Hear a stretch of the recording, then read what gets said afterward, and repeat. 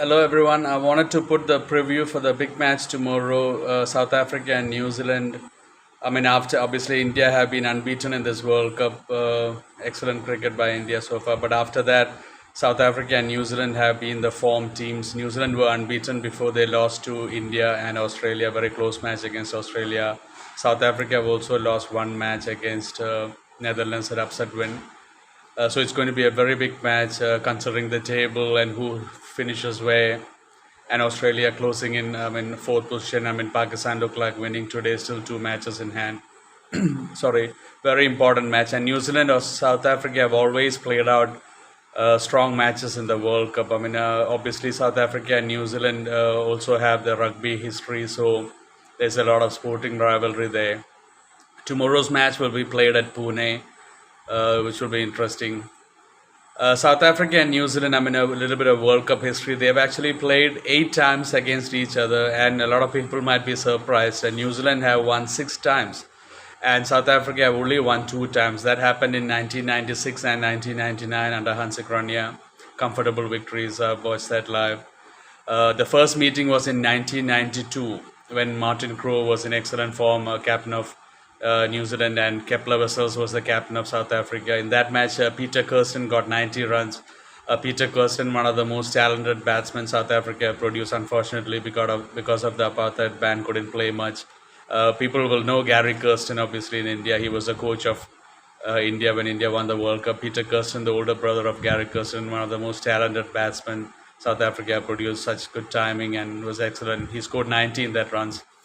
It was a low scoring total, but New Zealand started off well. Greg Batch, opener, and the other opener scored more than 100 and I think 112 in the opening partnership. And New Zealand won comfortably by 7 wickets, I think. That was the first match South Africa and New Zealand played in a World Cup. Then 96, I said South Africa had an easy win. South Africa didn't lose a group match in that World Cup before losing to West Indies in that quarterfinal where Brian Lara scored that excellent 100.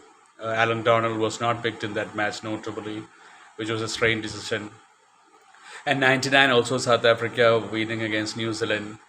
Then in 2007, New Zealand winning. And 2011 was an important match. It was played in India, that World Cup, everyone knows.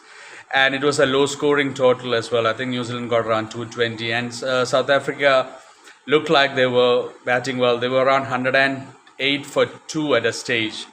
And they lost the last 8 wickets for just 64 runs. South Africa bowled out for 172 runs. It was 108 for 2, and losing the last 8 wickets for just 64 runs. Nathan McCullum took 3 wickets that day. I remember watching that match. I was in South Africa. And Jacob Oram actually took 4 wickets as well. Jacob Oram was the man of the match in that match. In between, the highest total posted by New Zealand in World Cup history against South Africa is 299, and South Africa is 306, I think. And so the New Zealand 299 top score was probably the most closest match I've seen in the World Cup history again between the teams anyone has seen. That happened in the 2015 World Cup where South Africa batted first. Faf du Plessis and AB de Villiers got some runs, and South Africa posted a very good total. And then the rain came, and it was a Duckworth Lewis revised target, and New Zealand actually had a tough target.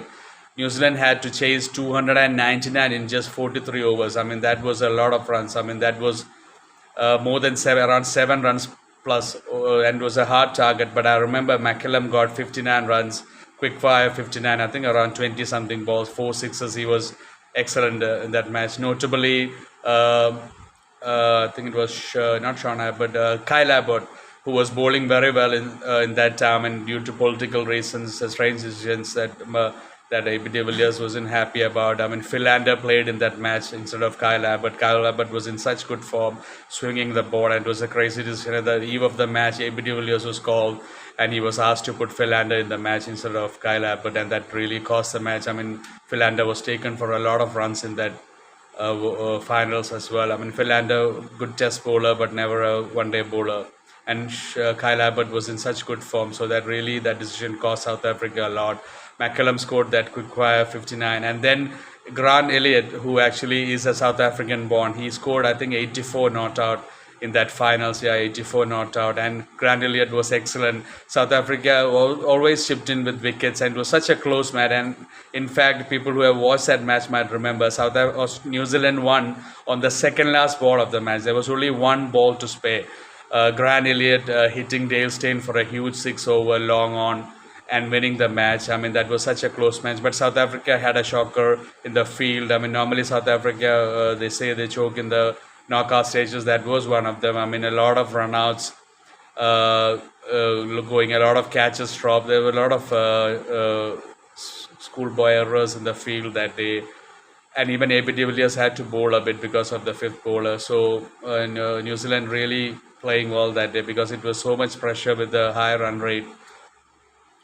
And a lot of South Africans were broken-hearted after that match. It was so close. South Africa would have gone into the finals for the first time in World Cup history.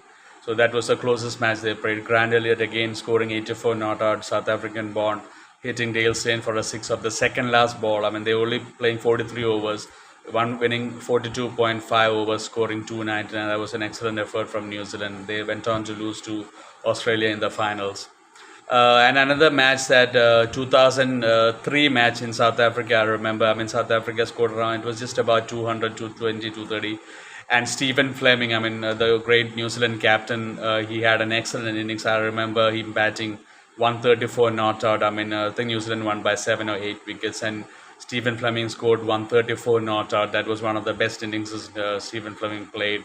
He's known more for his captaincy than for his batting sometimes, but Stephen Fleming, when in full flow, was an excellent batsman. I mean, he was such a graceful player. I mean, normally all left-handers are very graceful, but Stephen Fleming was really graceful and had a lot of timing in his shots. He was not a power player, touch player, and was beautiful to watch him bat always. I mean, he scored 134 not out in that match, big match, 2003 against South Africa. 2007 as well, South Africa lost to New Zealand. The only two times South Africa won was in 96 and 99, I mentioned, both under Hansi Cronje's captaincy. And 2019, the last World Cup, South Africa lost to New Zealand again, I think by 4 wickets. Kane Williamson scored a very good 100 in that match, and he was the player of the match. Kane Williamson got a very good 100 in 2019, but South Africa had a shocker of a World Cup in 2019. Anyway, tomorrow, South Africa and New Zealand form teams in this World Cup so far, both coming off very strange matches. South Africa winning just by 1 wicket against Pakistan, almost messing up that match, and then luckily winning by 1 wicket. And New Zealand, that big chase against Australia, 388, getting close and losing just by 5 runs. So New Zealand's confidence will be high. I mean, both coming off close wins, but wins and a loss. But I think going into tomorrow's match, New Zealand's confidence would be more higher. Chasing against Australia 388, they got 383. Obviously, they'll be disappointed losing such a close match just by 5 runs. But I think going into the match tomorrow, New Zealand hold the aces tomorrow, I believe. Not because of the head-to-head record, New Zealand leading 6-2. But I just have a feeling, obviously I want South Africa to be, my heart is South African, but I just have a feeling that New Zealand might win tomorrow. I'm not making an outright prediction. It's a very close match, but something tells me that New Zealand are going to play well tomorrow and they're going to bring their A game. Their confidence will be high after that last match against Australia. Normally it's a loss, but it was almost like a big win. I mean, tracing 388 against Australia, coming that close, scoring 383, and a top order, lower order, all contributing. New Zealand would have learned their lessons from that match, how the runs given away on the field. I mean, they didn't have a great match on the field. And South Africa, that last match, Markram played a shocker of a shot, but South Africa escaped. But South Africa would be doubting themselves a bit against New Zealand tomorrow. That's what I think.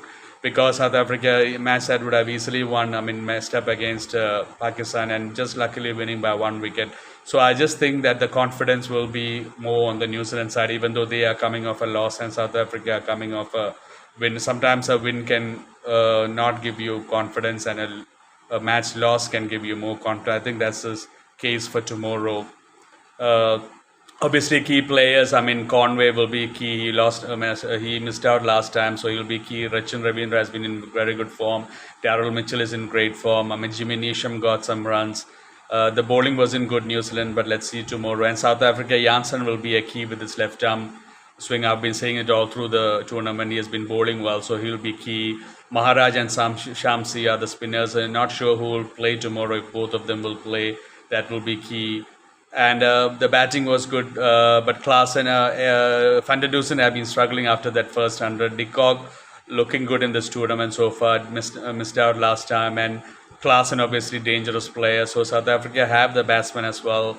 So it will be a very close match. I mean, normally New Zealand, South Africa produce good matches, so enjoy a very good match. I'm just saying, not giving an outright prediction, but I really think my heart says South Africa and my head says New Zealand. I just think New Zealand are going to have a good match tomorrow.